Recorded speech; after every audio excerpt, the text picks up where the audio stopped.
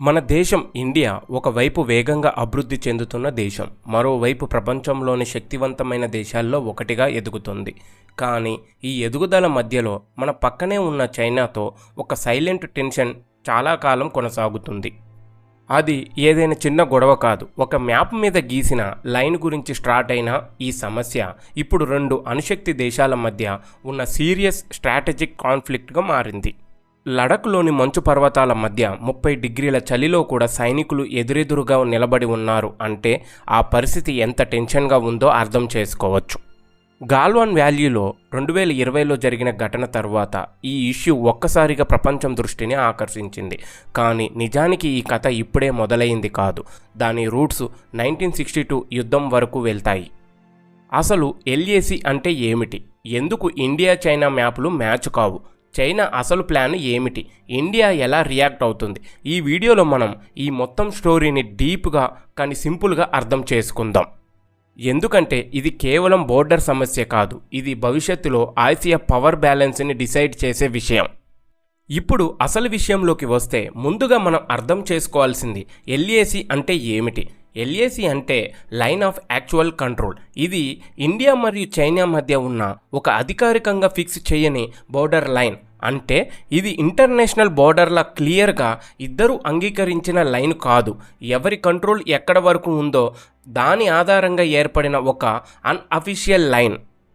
ఈ LAC మొత్తం సుమారు 3400 కిలోమీటర్ల వరకు విస్తరించి ఉంటుంది మరియు ఇది 3 భాగాలుగా డివైడ్ అవుతుంది. వెస్ట్రన్ సెక్టర్ అంటే లడఖ్ ప్రాంతం, ఇది చాలా సెన్సిటివ్. మిడిల్ సెక్టర్ హిమాచల్ మరియు ఉత్తరాఖండ్ వైపు.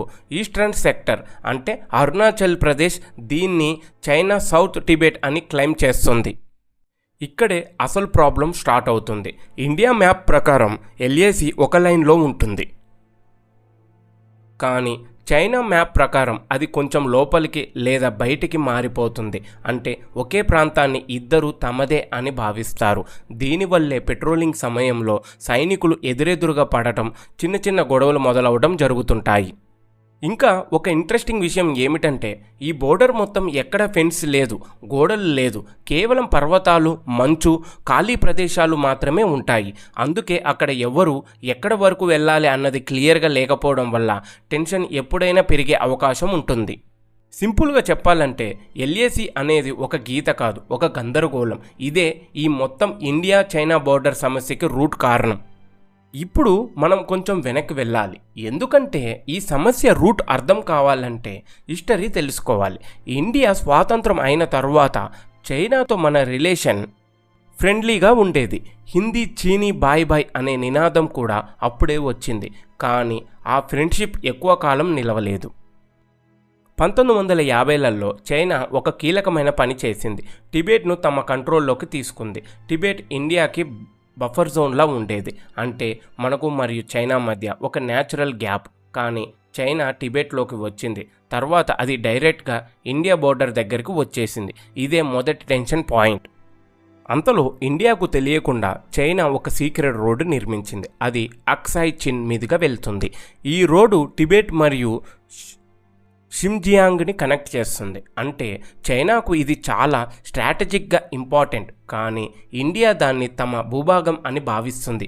ఇదే పెద్ద కాంట్రడిక్షన్. ఈ టెన్షన్ ధీరే పెరుగుతూ చివరికి 1962లో ఓపెన్ వార్కి దారితీసింది. పర్వతాల్లో కఠినమైన వాతావరణంలో జరిగిన ఆ యుద్ధంలో ఇండియన్ సైన్యం చాలా కష్టపడ్డా చివరికి చైనా అడ్వాంటేజ్ తీసుకుంటుంది. ముఖ్యంగా ఆస్కిన్ చైన్ ప్రాంతం పూర్తిగా చైనా కంట్రోల్లోకి వెళ్ళింది. ఈ యుద్ధం తర్వాత ఒక క్లియర్ బోర్డర్ ఫిక్స్ కాలేదు. దానికి బదులు ఎవరు ఎక్కడ ఉన్నారో అదే లైన్గా తీసుకొని LAC అనే కాన్సెప్ట్ వచ్చింది. కానీ ఇది అధికారిక ఒప్పందం కాదు. అందుకే అప్పటి నుంచి ఇప్పటి వరకు ఈ సమస్య పూర్తిగా సాల్వ్ కాలేదు. సింపుల్గా చెప్పాలంటే ఈరోజు మనం చూస్తున్న లడఖ్ టెన్షన్ 1962 యుద్ధం యొక్క ఎఫెక్ట్ ఇంకా కొనసాగుతూనే ఉందన్నమాట. ఇప్పుడు మనం వస్తున్నాం ఈ స్టోరీలో అత్యంత టెన్షన్ కలిగించిన భాగానికి. 2020 గాల్వాన్ వ్యాలీ ఘటన. ఇది సాధారణ బోర్డర్ గొడవ కాదు. ఇండియా చైనా మధ్య దాదాపు 45 సంవత్సరాల తర్వాత జరిగిన అత్యంత సీరియస్ క్లాష్. 2020లో లడఖ్ ప్రాంతంలో కొన్ని పాయింట్ల దగ్గర చైనా తమ సైనికులను ముందుకు తీసుకువచ్చింది. ఇండియా కూడా వెంటనే రియాక్ట్ అయింది. రెండు దేశాల మధ్య టెన్షన్ ఒక్కసారిగా పెరిగింది. ముఖ్యంగా గాల్వాన్ వ్యాలీ, ఇది ఎల్ఏసి దగ్గర ఉన్న ఒక కీలక ప్రాంతం. అక్కడ పరిస్థితి చాలా సెన్సిటివ్ అయ్యింది. 2020 రాత్రి పరిస్థితి కంట్రోల్ దాటింది. ఇద్దరి మధ్య జరిగిన మీటింగ్ తర్వాత కూడా టెన్షన్ తగ్గలేదు. ఆ రాత్రి ఇండియా మరియు చైనా సైనికులు ఫిజికల్ క్లాష్లోకి వెళ్ళిపోయారు. ఇక్కడ ఒక షాకింగ్ విషయం ఏమిటంటే ఈ ఫైట్స్లో గన్స్ వాడలేదు. ఎందుకంటే బోర్డర్ అగ్రిమెంట్స్ ప్రకారం అక్కడ ఫైరింగ్ చేయకూడదు. అందుకే సైనికులు చేతులతో, రాడ్స్తో, ముళ్ళతో ఉన్న క్లబ్స్తో ఫైట్ చేశాడు. ఆ హై ఆల్టిట్యూడ్ చలిలో అంధకారంలో జరిగిన ఈ ఘర్షణ చాలా భయంకరంగా మారింది. ఈ ఘటనలో ఇండియా వైపు నుంచి 20 మంది సైనికులు వీరమరణం పొందారు. చైనా వైపు కూడా నష్టాలు జరిగాయి, కానీ వారు పూర్తిగా వివరాలు బయట పెట్టలేదు. ఈ సంఘటన తర్వాత దేశం మొత్తం షాక్ అయ్యింది మరియు చైనాపై ఆగ్రహం పెరిగింది. ఆ క్లాష్ తర్వాత రెండు దేశాలు భారీగా ట్రూప్స్, ట్యాంక్స్, ఆయుధాలను లడఖ్ దగ్గరికి డిప్లాయ్ చేశాయి. సిచ్యువేషన్ ఆల్మోస్ట్ వార్లా మారింది, కానీ చివరికి డిప్లొమాటిక్ ట్యాక్స్ ద్వారా కంట్రోల్లోకి తీసుకువచ్చారు. సింపుల్గా చెప్పాలంటే గాల్వాన్ వ్యాలీ ఘటన అనేది ఈ సమస్య ఎంత డేంజరస్ లెవెల్కి వెళ్ళగలదో ప్రపంచానికి చూపించిన టర్నింగ్ పాయింట్. ఇది ఒక క్లియర్ వార్ కాకపోయినా వారికి ఎంత దగ్గర వెళ్ళామో చూపించింది.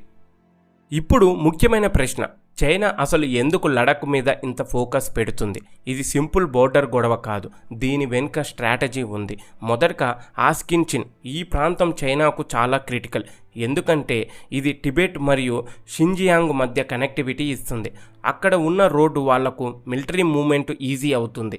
అంటే యుద్ధం వస్తే త్వరగా సైన్యాన్ని మూవ్ చేయగలుగుతారు. రెండో కారణం హై గ్రౌండ్ అడ్వాంటేజ్. లడఖ్ మొత్తం పర్వత ప్రాంతం.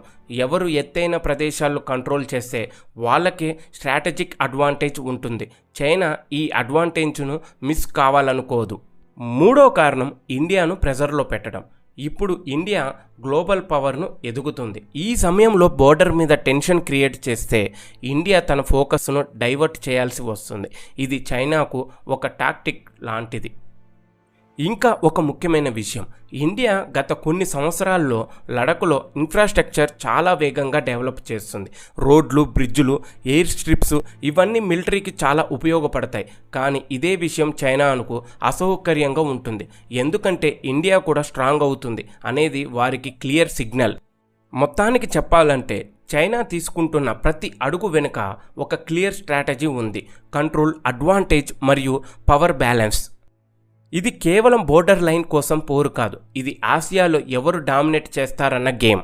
ఇప్పటి వరకు మనం చూసింది టెన్షన్, క్లాషెస్, స్ట్రాటజీ. కానీ ఇప్పుడు ముఖ్యమైన ప్రశ్న, ఈ సమస్యకి నిజంగా సొల్యూషన్ ఉందా? నిజం చెప్పాలంటే ఇది ఈజీగా సాల్వ్ అయ్యే ఇష్యూ కాదు. ఎందుకంటే ఇది కేవలం ఒక లైన్ డ్రా చేసే విషయం కాదు. రెండు దేశాల హిస్టరీ, క్లైమ్స్, నేషనల్ ఇంట్రెస్ట్స్ అన్నీ ఇందులో కలిసిపోయాయి. మొదటి ప్రాబ్లం, క్లియర్ బోర్డర్ అగ్రిమెంట్ లేదు. ఇండియా ఒక లైన్ని తనదని చెబుతుంది, చైనా మరో లైన్ని చెబుతుంది.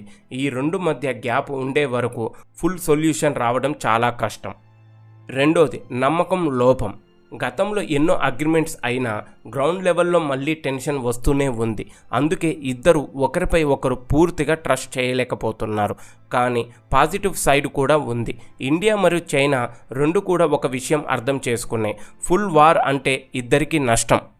అందుకే ఏం చేస్తున్నారంటే రెగ్యులర్ మిలిటరీ ట్రాక్స్ జరుగుతున్నాయి, కమాండర్ లెవెల్ మీటింగ్స్ జరుగుతున్నాయి, కొన్ని ఏరియాలో ట్రూప్స్ వెనక్కి వెళ్ళాయి. అంటే పూర్తిగా సొల్యూషన్ లేకపోయినా సిచ్యువేషన్ని కంట్రోల్లో ఉంచే ప్రయత్నం మాత్రం జరుగుతుంది. భవిష్యత్తులో ఏమవుతుందంటే ఫుల్ బోర్డర్ సెటిల్మెంట్ రావచ్చు, కానీ అది చాలా టైం పడుతుంది. లేకపోతే ఇదే విధంగా మేనేజ్ చేసే సమస్యగా కొనసాగవచ్చు. సింపుల్గా చెప్పాలంటే ఈ సమస్యకి ఇమీడియట్ సొల్యూషన్ లేదు, కానీ పూర్తి యుద్ధం కూడా రావడానికి అవకాశాలు తక్కువ. ఇది మధ్యలోనే ఉండే ఒక లాంగ్ టర్మ్ టెన్షన్. ఇప్పటి వరకు మనం చూసింది మొత్తం ఒక క్లియర్ పిక్చర్ ఇస్తుంది. లడఖ్ బోర్డర్ ఇష్యూ అనేది ఒక చిన్న గొడవ కాదు, ఇది హిస్టరీ, జియోపాలిటిక్స్, మిలిటరీ స్ట్రాటజీ అన్నీ కలిసిన ఒక కాంప్లెక్స్ ప్రాబ్లం. 1962 యుద్ధం నుంచి మొదలైన ఈ టెన్షన్ ఈ రోజు వరకు పూర్తిగా ముగియలేదు. మధ్యలో శాంతి చర్చలు జరిగినా గ్రౌండ్ లెవెల్లో మాత్రం టెన్షన్ పూర్తిగా తగ్గలేదు. గాల్వాన్ వ్యాలీ ఘటన మనకి ఒక క్లియర్ మెసేజ్ ఇస్తుంది. ఈ సమస్య ఎప్పుడైనా సీరియస్ లెవెల్కి వెళ్ళే అవకాశం ఉంది. కానీ ఒక ముఖ్యమైన విషయం కూడా ఉంది. ఇండియా మరియు చైనా రెండు కూడా పెద్ద దేశాలు, అణుశక్తి దేశాలు. అందుకే పూర్తి స్థాయి యుద్ధం అంటే ఎంత నష్టం జరుగుతుందో వాళ్ళకి తెలుసు. అందుకే ఈ సమస్య ఇలా ఉంది. పూర్తిగా ముగియలేదు, కానీ పూర్తిగా పేలిపోలేదు కూడా. భవిష్యత్తులో ఇది ఎలా మారుతుందో అది రెండు దేశాల డిఫెన్స్ మీద, డిప్లొమాసీ మీద ఆధారపడి ఉంటుంది. కానీ ఒక్క విషయం మాత్రం ఖచ్చితం, ఇండియా తమ భూభాగం, తమ సార్వభౌమాధికారం కాపాడడంలో ఎప్పుడు వెనక్కి తగ్గదు. ఇది కేవలం బోర్డర్ సమస్య కాదు, ఇది ఆసియాలో పవర్ బ్యాలెన్స్ నిర్ణయించే ఒక పెద్ద గేమ్. ఈ వీడియో మీకు క్లియర్గా అర్థమైందని అనుకుంటున్నాను. ఇలాంటి డీప్ స్టోరీస్ కోసం లైక్ చేయండి, షేర్ చేయండి, సబ్స్క్రైబ్ చేయండి.